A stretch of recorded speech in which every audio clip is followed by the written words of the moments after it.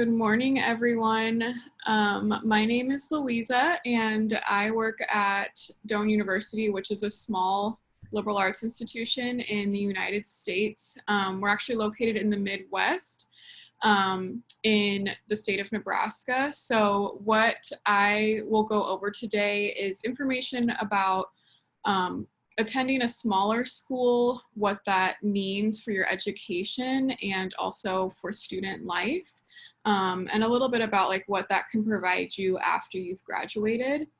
And then I'll also talk a little bit more specifically about Doane and admissions, scholarships, and academics specific to our institution.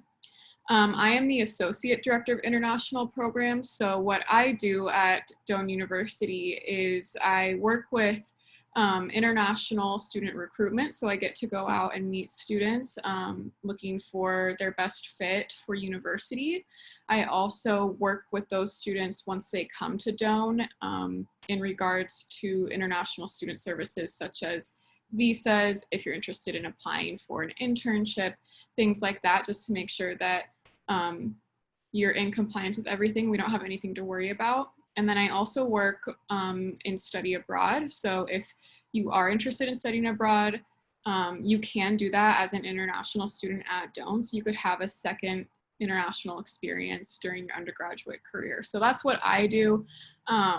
It's kind of nice for me that I get to meet students before they've decided to apply. And then if they decide to come, I'm still there for them. So that's exciting for me. So I just want to explain most small schools, when I'm talking about them, I'm talking about liberal arts institutions, which is generally what smaller private schools are. In the United States, private schools are usually looked at as a little bit more high end, I guess. They're more tailored to students. There's more that they're able to do financially kind of for the student. It's their money and budget isn't tied up politically. So the private universities have a good reputation in the United States, and they are smaller. So it's definitely, you know, a certain type of student wants to go to a small institution. So a liberal arts curriculum encompasses arts, humanities, and social sciences, but we also, most schools now have business, they have engineering, there's always languages, things like that. So there's usually at these small schools a variety of options that you can kind of combine to create your own unique education. So for example, if you really want to study biology, but you also have an interest in English, you can combine those two items, or like writing, and say that you really want to learn how to write science fiction. Those two things could work really well in combination to come up with that unique curriculum for yourself. So it's definitely possible to what we call double major. That's the same for any small or large school. Most small liberal arts institutions will also have a first year seminar.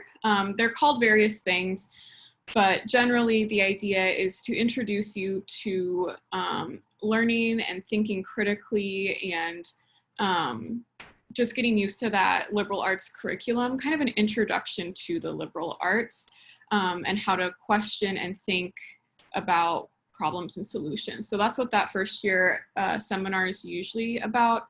Oftentimes what you'll see is there'll be maybe like 20 or 30 different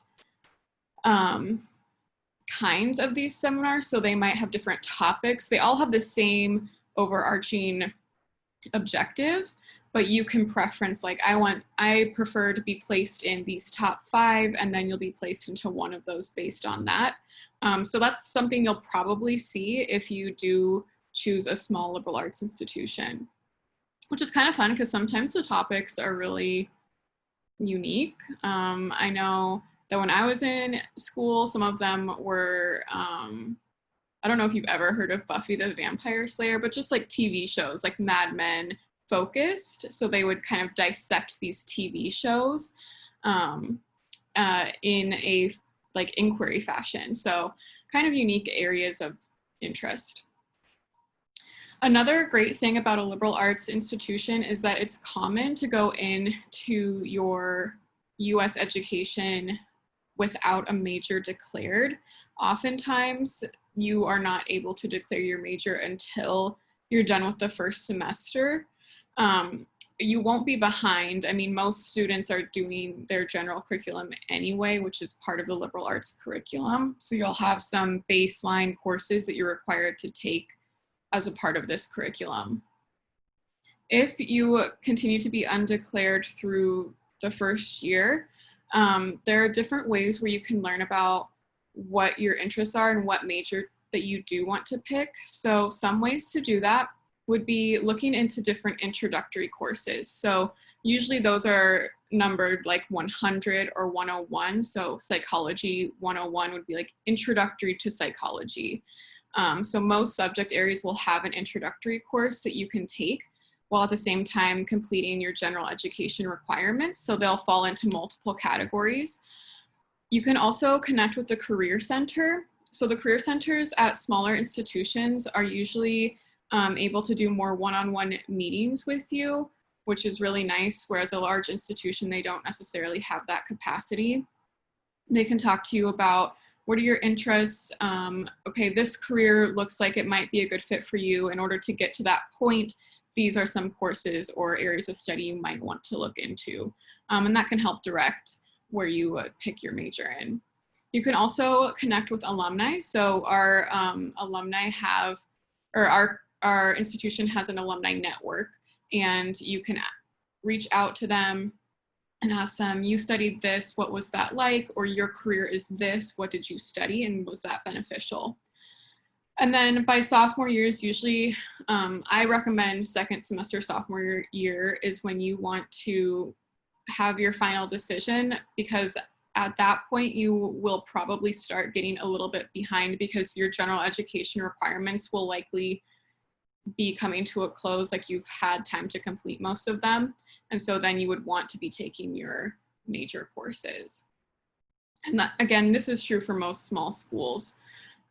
What's important in a smaller institution, especially with liberal arts, is maintaining curiosity and not getting bored with your education. So some ways to do that, and we call this experiential learning. It is a required component in our institution, but most institutions really put an emphasis on this, especially in a small school, because they have that capacity to help students, like every single student, have an experiential component. So some different options would be having an internship, studying abroad, service learning, so like volunteering in the community or giving your time to a like a nonprofit. And then also participating in student organizations. And you'll probably find that no matter where you go, small or big school, student organizations are a core piece of your life at that institution. So joining a student organization will help you meet other students. It'll help develop your interests. It'll also look really good on your resume, which is a really critical piece of if you want to get an internship or a job in the US. That's what they're looking for, is not just that one line that says, I'm studying this, but what else are you doing? Have you studied abroad? Are you participating outside of that? Can you handle multiple things at once? Academically, at a small institution, I think this is one of my favorite things, is the instructors that you have, like your professor for your like major program could also be your advisor. So the professors are your academic advisors, which means you will meet with them and talk about where are you at with your degree, what are your next steps, is everything going okay, that kind of thing. So you get to have these nice one-on-one conversations with your professor in a more advising setting and not an instruction setting. This is usually the case. I can't speak for every single institution, but most of them, including my institution, this is how we are set up. And students and faculty, professors, both really like that model. There's also many resources for success. So to name a few that most institutions will have, some kind of academic success center.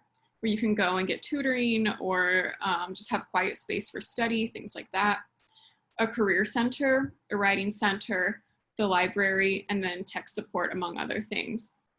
The great thing about these resources at a small institution is that in general, there's always capacity for one-on-one meetings. So you can have it tailored to you and your specific questions. And it's not just like you have to go to this general session at this specific time on this kind of topic. You get to kind of direct the topic and go where your questions lead and get like the very tailored support that you're looking for in any of these capacities. The career centers usually will also be able to run mock interviews. They will help you with your resume, and all of this is like one-on-one. So you're really getting a tailored experience for you. And then additionally, I kind of mentioned this earlier, but you can tailor your own education by combining different areas of study. We have what are called majors, minors, and then kind of like areas of emphasis. So a major is what you're getting your degree in. So like when I was in school, I studied philosophy and English. So those were my majors, and that's what my degree was in. Minors are usually about half the amount of credit requirements, and it's more kind of like an area of emphasis just to compare it to that. So it's just sort of like taking certain classes is an area of emphasis. So like I'm specifically taking international business courses in my business program. So I have an international business emphasis, whereas a minor is specific, like 6 classes to get this minor, if that makes sense. I know it can be a little bit confusing, but you can combine these things. So some students will do 2 majors and a minor, 1 major, 2 minors, any sort of combination that they can fit into their 4 years. Students are really like into doing that. I did 2 majors, I didn't have a minor. One thing to note is that if you select 2 majors, you will want to be careful and talk with your advisors just to make sure that you are still able to graduate on time. Because if you study, say, biology, and then you also want to study philosophy as your second major, that's actually 2 different degrees because they're in 2 different colleges. So you're going to have to complete all the requirements for both of those, which could impact your graduation time. Whereas if you did a major in biology and a major in a different science like chemistry, that's a double major. So you're already completing that college's requirements anyway. And so you're just adding a few classes for your chemistry major. So what I would recommend is you could do like a biology major and then a philosophy minor, for example. That wouldn't extend your graduation. And oftentimes the minors are going to help also complete those general education requirements as well. So there's a lot of like double up you can do when you're taking your classes. And just like a note about switching, adding, or changing majors and minors, it's definitely an option. You don't have to feel like you are stuck in your first decision. That's just not the way that US education is really meant to work for students. It's meant to allow time to make choices and change your mind if you need to. So usually within that first year and a half is when you want to be exploring, and you can declare, but you can change without really any consequence on your graduation time. What you would want to do is talk with your advisor and discuss like why maybe one major isn't working out, or why you have an interest in a different major or minor, and what that would look like. And just keeping in mind that you want to make sure that you're communicating with people. You also want to make sure to communicate with someone like me in International Student Services, because that can impact your visa compliance. So that's one thing, is just making sure you're contacting all the people that need to be contacted and communicating, and making sure that everything is set up and good to go. So a little bit about Doane. Doane University, like I said, is located in the Midwest, so a small institution. We have about 1,000 undergraduate students that live on our campus, and 27 international students. So that number continues to grow. For a small institution, having that number of international degree seeking students is really uncommon. My school that I went to when I was an undergraduate student was very similar to Doane. It was even actually bigger than Doane by a few hundred, and they had maybe one degree seeking international student. So just keep that in mind. Like if you are deciding to go to a small institution, think about what is important to you. Do you want to be the only international student? Does that matter to you? Or do you want to be somewhere that has a small group of students, and how many is that, and what kind of support is there? For example, at Doane, we have a global, like a global student club that gets together. And so like our international students and our local students will come together and just hang out, learn about each other, put on events, stuff like that. It's a really nice community. But also like I put on events for students, and oftentimes students will just pop into my office to say hi, or if they have a question, that kind of thing.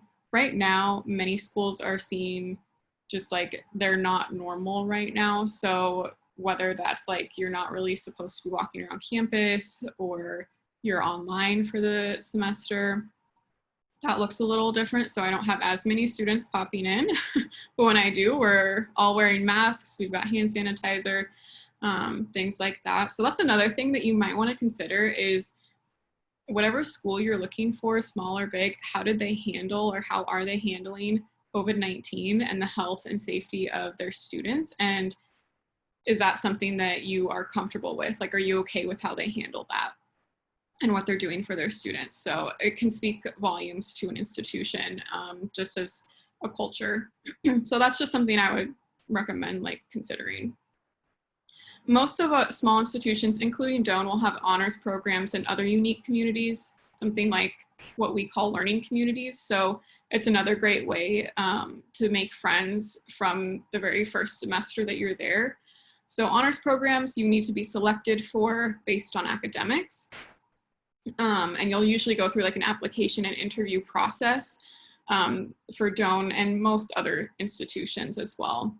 Then we have seminars like the liberal arts seminar, and then learning communities. So this is like, I want to join a learning community, so you have to indicate that you want to do that, and then you'll be given different options, and based on whatever you pick, there will be other students that also picked that option. So you'll go to one or sometimes a collection of different classes together, and then you'll also live in the same residence hall, so you'll have this community of people from the start. So at Doane, and again, this is like for small schools anywhere, but we pride ourselves in having our instructors know our students on a first name basis and vice versa. So you're not just like a number in a classroom, you're not just like scanning in for attendance, like they know who you are and they know if you're there or not. And it also makes for a more interesting experience, and it's more fun and personal that way as well. Small class sizes is another huge benefit of any small school, including Doane. We have about an 11-to-1 class size. So usually what happens is your first and second year classes will usually be a little bit bigger than that because they're more general. And then as you progress into your major and towards your degree completion, your classes will get smaller because they become more specific to your degree needs. So they could even be smaller than 11-to-1. When I was in school, I had a class that was like 5 students, and it was awesome. And again, one-on-one career coaching and advising support is a major, a strong point of any small school, including Doane. And at Doane, we have 47 majors and 37 minors. So while a large public institution might have 100 or more majors, they get really like specific. At a smaller institution, they might be more general, but you can tailor that to your interests. So you can still, I mean, a combination of 47 majors and 37 minors is there. That's so many different combinations and unique program options. And then this is definitely specific to Doane, but at Doane, in order to apply, you would just need to submit our application, which is free. So there's no application fee. So there's really no risk in submitting your application. You're not losing any money. You would need to submit your English proficiency, whether that's IELTS, TOEFL, or Duolingo. Those are our big three.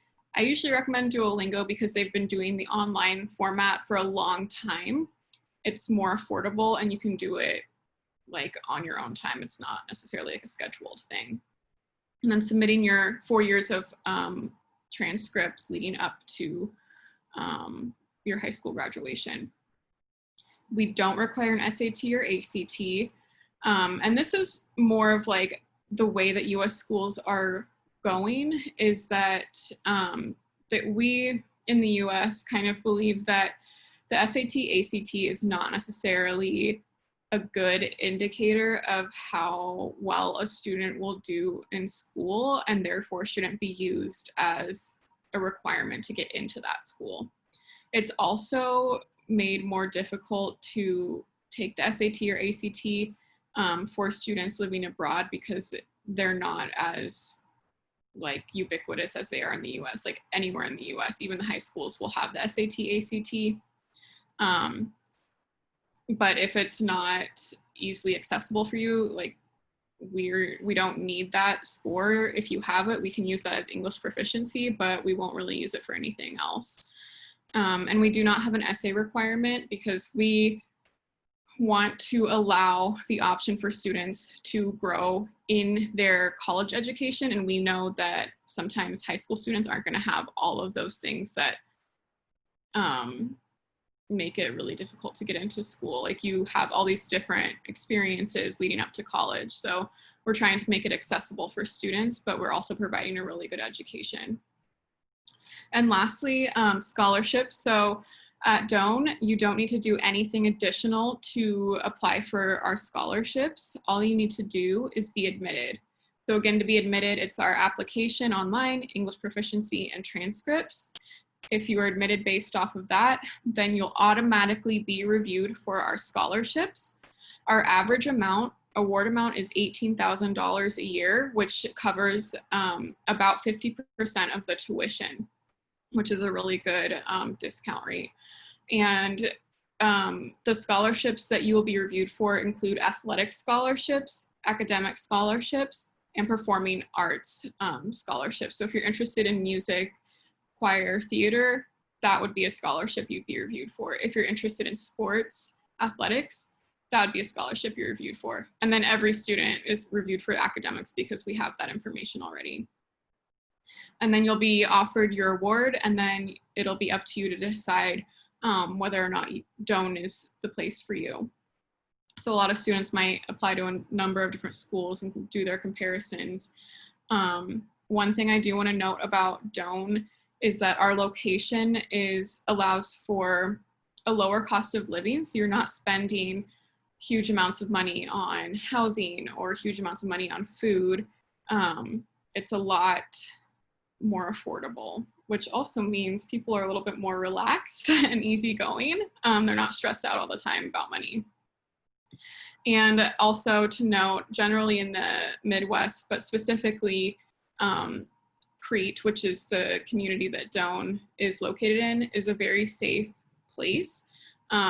It's small, and most students will live on campus or very near campus, so it's easy to get to and from school without having to have a car, without having to take public transportation. So it is a very safe community. So those are things that I encourage you all to consider and look for at any institution, just to make sure that you're meeting, like that institution meets all of your needs and expectations. Because the last thing anyone wants is to pick a school, get there, and then not like it. Especially if you're spending all that time and money on your education. So that kind of concludes my portion about small schools and Doane specifically. I do have up here my contact information, so if you want to take a screenshot of that or write it down, that's my direct email. Please feel free to contact me with questions. I'm happy to reply. And we can always set up individual Zoom meetings as well. So yeah, thank you for your time and listening, and I am happy to answer any questions you have. Thank you so much, Louisa. We really appreciate your kind time for sharing information with us about the institution topic, and of course about Doane University. And it's so nice. I mean, I've studied in the US at a bachelor's degree level, so definitely when speaking to counselors, I can definitely vouch for the liberal arts experience. I think a liberal arts major is something I should have taken back then instead of business. But anyways, moving to the topic for the day, we can go with the quick Q&As. I will hand it over to you to answer the questions, and they are posted in the Q&A box. Students, just a gentle reminder, please continue posting all your questions in the Q&A box so Miss Louisa can answer all of them. Thank you once again, Louisa. Yeah, okay, so I will go ahead and look through your questions and answer them one at a time. So I'll go with the first one that was submitted. So the first one is, how would the class sizes, faculty ratio, and access to faculty liberal arts experience differ at a private versus public institution? So most private institutions are more focused on the liberal arts aspect, and they're often smaller just by nature. So just because of the type of institution it is, like private usually means liberal arts, and small, it just means it's much easier. You're taught directly by that faculty member. You are not taught by a graduate student. And at public institutions, one thing that I've always found that I didn't personally like was that you might have a very large class taught by, it could be the professor, it could be the graduate student, but it's, like you have these 300 person lecture halls, but then you also have to make sure you have time to do these recitation classes. So it's not just this one class time, it's multiple class times. You don't really get to meet all the students in the class, and those recitation periods are often taught by graduate students. So it is kind of a preference thing, but it is much easier to connect with faculty. One thing I do want to say is that in my experience and in talking to other peers of mine who went to public institutions, so remember, I went to a private school myself, I had the same instructors throughout my education, so they still know who I am. It's been like 10 years since I've graduated, but they could see how I developed, they saw how I learned and was successful in classes, so that they could write me really strong recommendation letters about me as a person and my abilities. Versus at a large institution, you might not have the same instructor more than once, or it might always be in a large classroom setting, and they're not going to know you more than they passed the class and they got a good grade. So it's easier to connect with the faculty at a smaller institution and then really build that rapport in that way, and can really benefit you in the long run as well. Class sizes at a public institution. So again, public institutions are often larger, like tens of thousands of students. And so then what that might mean is you're gonna have, sometimes they have smaller class sizes, like maybe 25, but they'll also have the really big ones that are 300. So if that doesn't bother you, then that's great. That's definitely an option. But it can feel a little bit crowded and a little bit impersonal. The second question, if we apply as an undeclared, how would the admission process work, and when are we required to declare a major? So yes, you can apply as undeclared. The admission process wouldn't change. So what we're looking at is your transcripts, and not your transcripts based on say you want to study engineering, and so you declare engineering. It's the same process as if you were undeclared. So we're looking at your overall academic record. And if for some reason we're concerned about that, we'll go into an individual review and make a decision from there, which then that might mean, okay, this student wants to study science, but their science grades were a little low. We might reach out and say, if you change your major, we'd be more confident in your abilities to study here. That also, one of the reasons that happens is that we as institutions don't want to put students in positions where they could fail, because it's not good for mental health, it's not good financially, and it could also put you behind in your degree.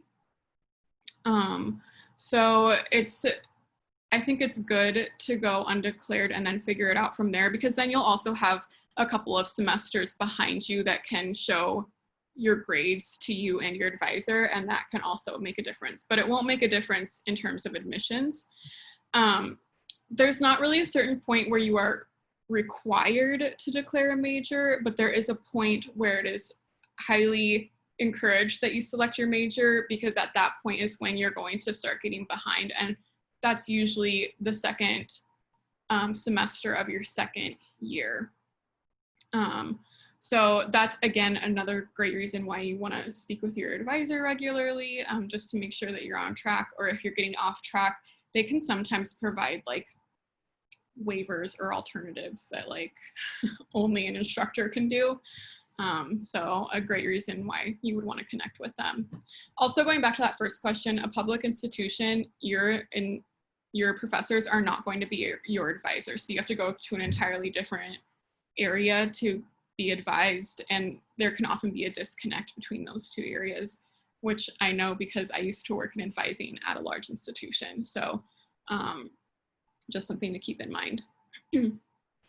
What would be the cost implications of double majoring versus majoring and minoring? That's an excellent question.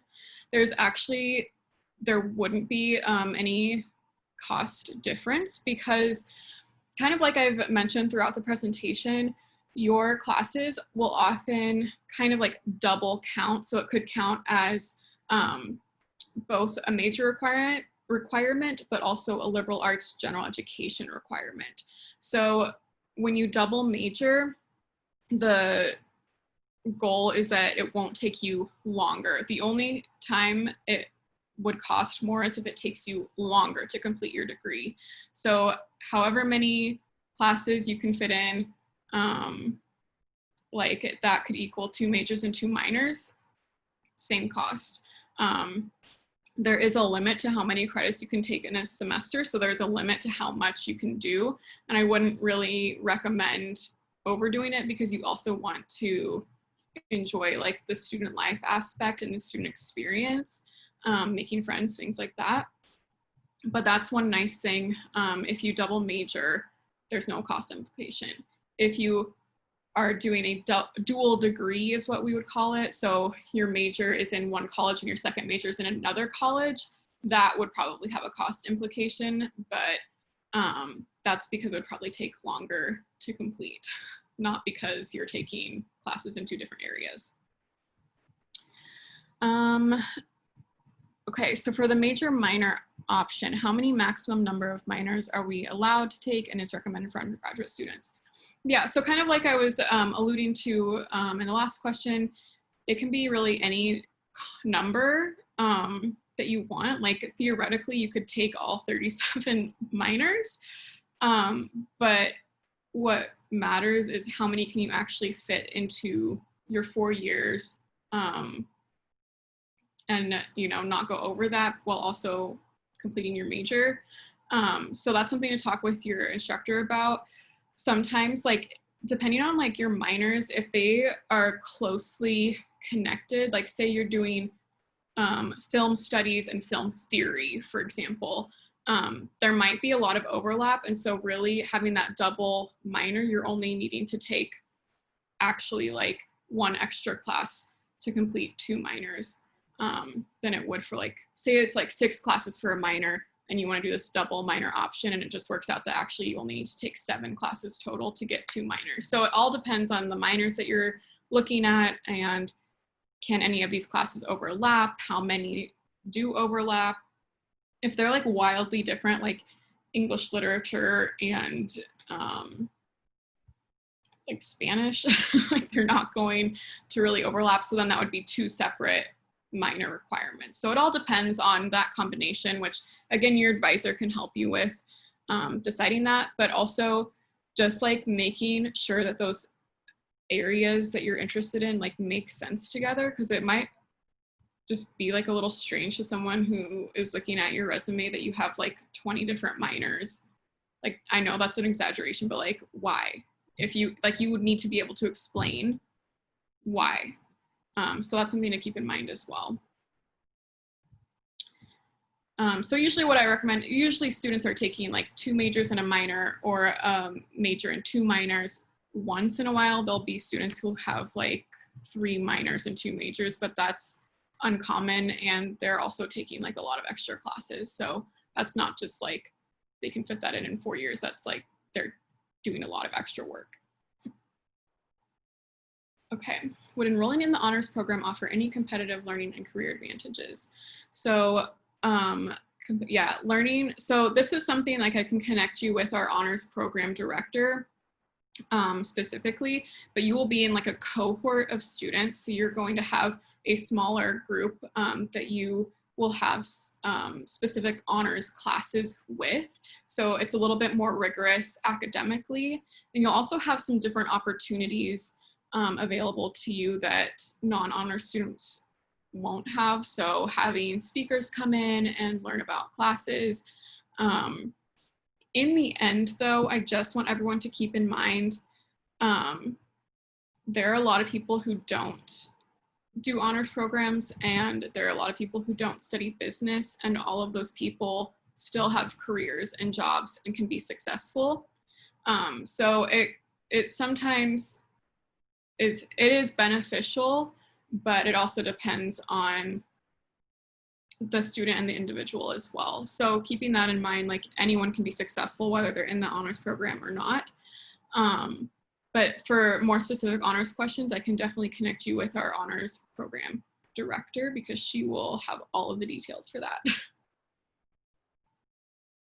And no, we do not require SAT or ACT scholarships for scholarships. So it plays no part in admission or scholarship decisions for international students specifically. So it's, again, it's like an accessibility thing. We're not trying to make it hard for you to get a scholarship. We're trying to make it available to you so that you can have that as an option and make your decision based on the fit versus the cost. Do you require all 4 years of our high school transcripts? Yes, we do. We do need 4 years, so 9th, 10th, 11th, and 12th grade. Sometimes students will have 3 years of high school, so then we'll ask for 1 additional year from like grade school, what we call middle school or 8th grade. How can students pursue an interdisciplinary program that combines a liberal arts major with another major that is non-liberal arts?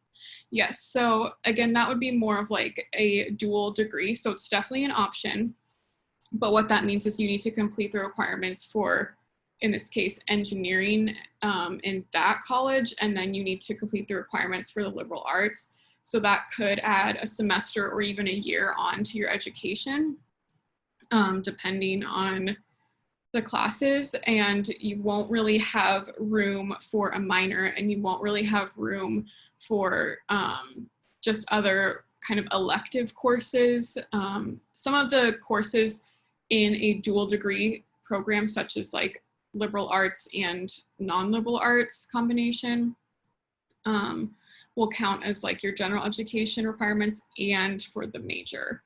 But definitely if you are thinking about that, it's something, what I would do is select your preferred major first. So go into your college education with this one preferred major, and then talk with an advisor once you get on campus and let them know like, hey, I'm thinking about this. Can we talk about it? And then declare that the next semester or the next year. But that will allow you time to kind of get some of your classes for one major or one degree done so that you can start to focus on the other one. But it's not easy. I do want to stress that it's not easy, and it takes a lot of planning. Yes, so at Doane, tuition is, I know it's about $36,000 a year. So if you get our average amount of scholarships at $18,000 a year, then the tuition goes down to $18,000 a year. There's about a $2,000 like student fee, which allows for like programming and facilities and things like that. And then we have housing and or what we call room and board, so housing and a meal plan. So students are required to live on campus. At a certain point, you can request to live off campus, but in my experience, it's just easier to live on campus because it's accessible, it's safe, it's clean, and it's well taken care of. So then the housing and meal plan is about $10,000 per year. And that includes a full meal plan. So 3 meals a day, 7 days a week, and your living space. And you'll usually have a roommate. What is your campus size and nearest international airport? So, okay, campus size is about 1,000 undergraduate students. So it is a small institution. And then the nearest international airport is actually, there's like a few of them, which are not super near. So you would have to go to an international airport and then fly into a domestic airport. What most students do is they'll fly into either Denver International Airport or O'Hare, which is in Chicago. And then they'll take a flight to Omaha, Nebraska or Lincoln, Nebraska. And then Doane, like I actually set up the transportation from the airport to Doane for the student. So international airports are a little bit further away, but domestic airports are, in just the next town over, basically. And as someone from Nebraska and who travels internationally a lot, it's not like a huge, it's only like usually like a short flight, like an hour and 20-minute flight from the domestic airport to the international airport. So it's just like a little bit extra time. Campus safety, housing, and meal plans. Yes, so campus safety, we have a 24/7 like safety officer on campus at all times that you can call at any point, whether you're locked out of your residence hall or having trouble with something. We also have a program where you can elect to have a peer, well, it'll be 2 peers, walk you from one location to the next if it's dark out and you just want that extra security. The reason we have 2 students do that is because once they walk you from your point A to point B and like see that you're okay, they have to walk back. And so we don't want them to have to walk back alone. So that's why there's 2. So that's an option as well. You don't need to like pay extra for that or anything. And in general, our campus is really safe. It's small enough that there's not really a lot to like monitor. Like it's easier to manage a smaller campus location, but also the paths are lit.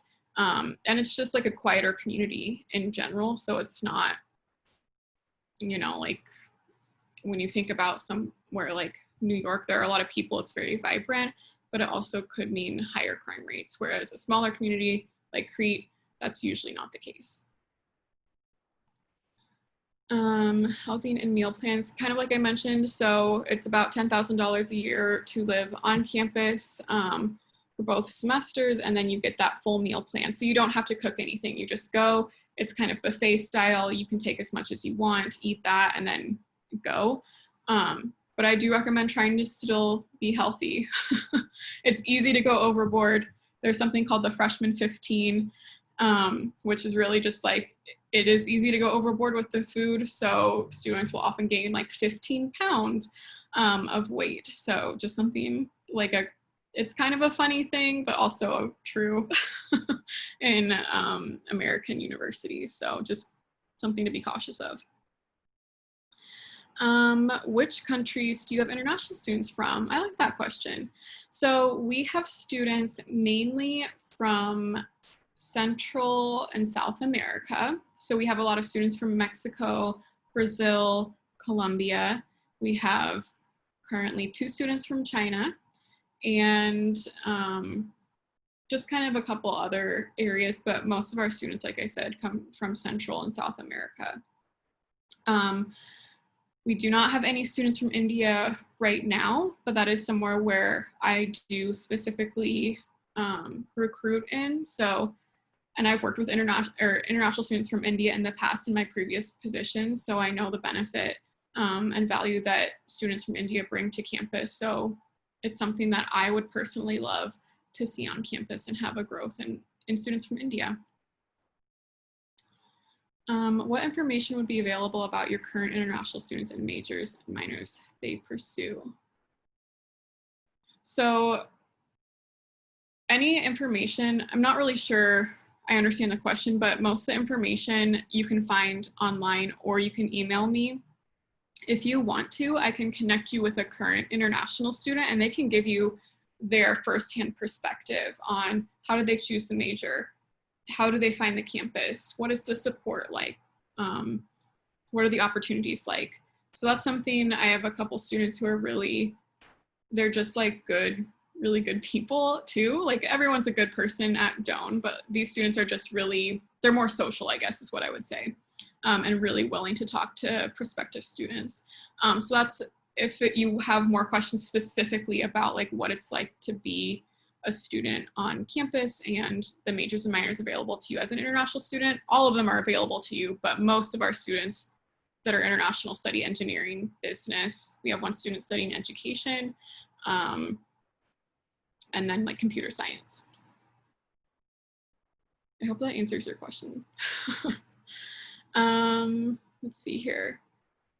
Yes, I can write my email in the chat box if you were not able to get it in my screenshot.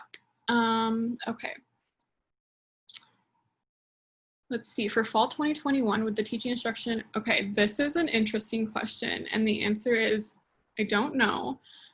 We don't even know for spring 2020 at this point what it will look like, but where we are now, what I would guess or assume is that we would have a plan in place that we would be in-person instruction, but ready at any moment to go remote if we needed to. So right now, Doane University is doing in-person instruction. A lot of instructors, even though we're in person, are just selecting to do remote classes. So students still get to come to campus, live on campus. It is different than it would be normally. But some students will have like, their course load will be half of them are remote anyway, and half of them are in person. So you still get to come to campus, but it could be a combination of those things. And I would imagine that might be the case for fall 2021, depending on where we're at with COVID-19.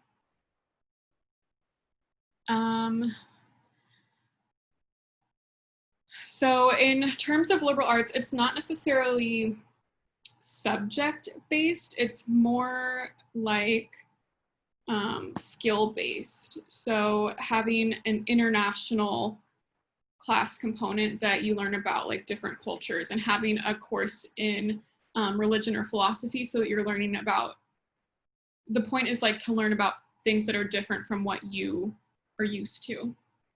So you would have like a religion course, you'd have some kind of international component course. You would generally will have like some kind of like science course and math course. And those are kind of the main ones. And then we also require an experiential learning component. So in order to graduate, you either have to study abroad, take an internship, or complete a service learning or volunteer requirement. It's really easy. We have lots of options for those things. Usually though, as an international student, because you are technically already studying abroad, that can be waived, but it's still a great opportunity that I would encourage any student to participate in. And also for more specific details on like the general education requirements, you can absolutely search online. Pretty much any institution, I think, would have this available. But if you search for the undergraduate course catalog, it usually will outline those requirements for you. So admissions for next year, I actually think that it's already open for fall 2021. I don't have like the official notice, but I've seen that we do have applications coming in for fall 2021 already. Spring 2021 is also open. We don't have, like, May 1 is the general deadline, but we accept applications after May 1st as well. And it's a rolling admissions. So what that means is that you don't have to apply by a certain date, and then by 3 months later, that's when you find out if you're admitted or not. If you apply in November, like say you apply November 1, you can potentially find out if you're admitted within like a week. If you apply in April, same thing, like there's still space. We don't cap our admission. So if you apply early or late, you have the same opportunity as any other student of being considered for scholarships, for admission, all of that. So even if you apply late, you still have those opportunities. I would still encourage you to apply early rather than later. That way you have time to make your decisions, have time to go through the visa process and plan your travel and everything like that. But it's not like necessary. When would admissions start for, okay, did that one. And would it be possible to speak about typical living expenses and part-time work opportunities for students on campus? So living expenses, usually, like, I think what the like budget for a student is maybe like $3,000 to $4,000 for extra like expenses. So you would be living on campus and having your own meal plan. So that aside, anything outside of that, so if you want to like buy your necessities, or if you want to go out to eat or order delivery, stuff like that, or travel, like that is on your budget and money. So that would be extra outside of that. But otherwise, it's mostly encompassed within our room and board cost. If you choose to live off campus after junior year, you're eligible to live off campus. Most apartments are going to be, I would say, $500 per month to live in, which is usually a little bit more affordable than on-campus housing, but you do have to clean up after yourself in those situations. You're responsible for extra bills like internet and like utilities like water and heat and electricity. And then you also have to buy your own groceries, which are really, it's not, if you are good at budgeting, like it can be more affordable than living on campus with a meal plan. But the benefit of living on campus with a meal plan is the convenience and that someone comes in and like cleans the bathroom for you. For part-time work opportunities, definitely an option. It's really easy for international students to find work on campus. I have some international students that work on our events team, so they help set up events. Some students work on the tech team, so they work on like answering tech questions. I think I have at least 2 students doing that. Some students will work with me in my office. Some students work as just like student employees generally in the student experience office. So there's really a lot of options for international students, and you have the same opportunity as any other student. And it's really very straightforward to get an on-campus job as an international student. You don't have to do really anything. You don't have to pay for an application or anything like that. So if you want to work off campus, that's different and a little bit more complicated. So I would definitely encourage, if you do want to working on campus is the way to go. Career opportunities, yes. So I believe I was told that 72% of our students, once they graduate, have either a career in place or they know where they're going for graduate school. So either they're getting a job or they're going on to more schooling. most of our students will take an internship. So over the last 3 to 4 years, we've helped students get more than 700 internships. They could be at like CNN, or it could be more local at like a local bank. So the career opportunities are the same as if it were anywhere else. We help make sure that you're prepared for interviews, that you're prepared with your resume. And then we help you learn how to search for those jobs. We can connect you with alumni who might know someone who has a job. So that kind of network connection is important. But the career opportunities are the same that like anyone else would have at any other institution. The difference is, what does that mean with COVID-19?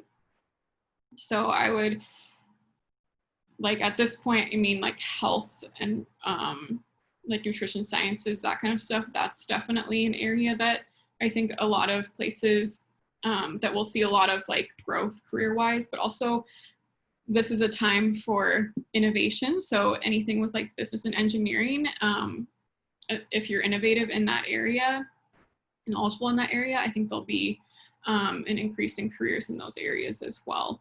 So it definitely depends on the time. So like between now and 4 years, it could be a completely different scene career-wise. So just keeping that in mind, but utilizing your resources at the institution so that you can find a job. And what I would recommend is starting to apply before you even graduate and not waiting until afterwards. A lot of businesses know when graduation is, so they will hire ahead of time. So if you apply after you graduate, a lot of jobs might be taken.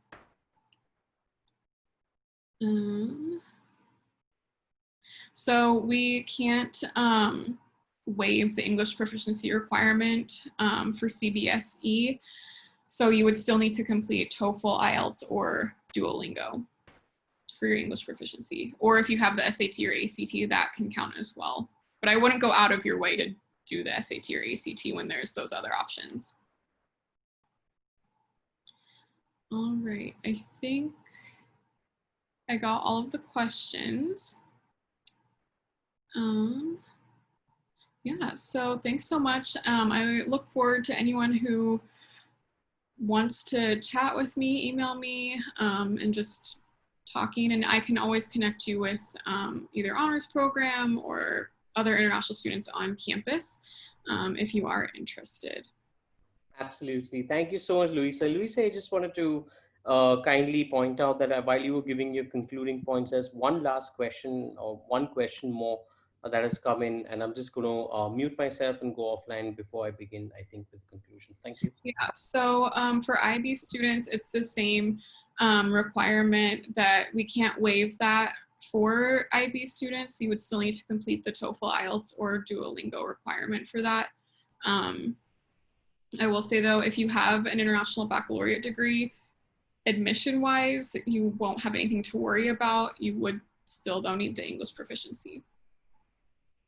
Absolutely. Thank you so much, Luisa, for such rich insights into the session topic and, of course, about your esteemed institution, Doane University, and for joining us very early in the morning back there in the States. We truly appreciate your kind time. Thank you once again. And to the students, 12th grade students, parents, and high school counselors, I do agree with many of the points that Luisa has shared today.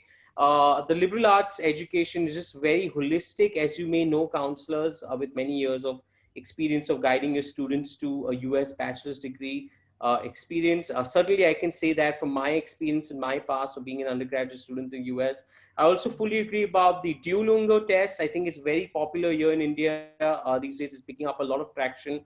Fully agree with Miss Luisa as well. So you students for next year who are preparing to apply, who of course want to get in touch with Miss Luisa for the admissions and applications process, as well as take these conversations well past this webinar, which is something that we really hope for. The Duolingo is of course accepted, but of course away from all the points on the holistic, thank you once again, Miss Luisa.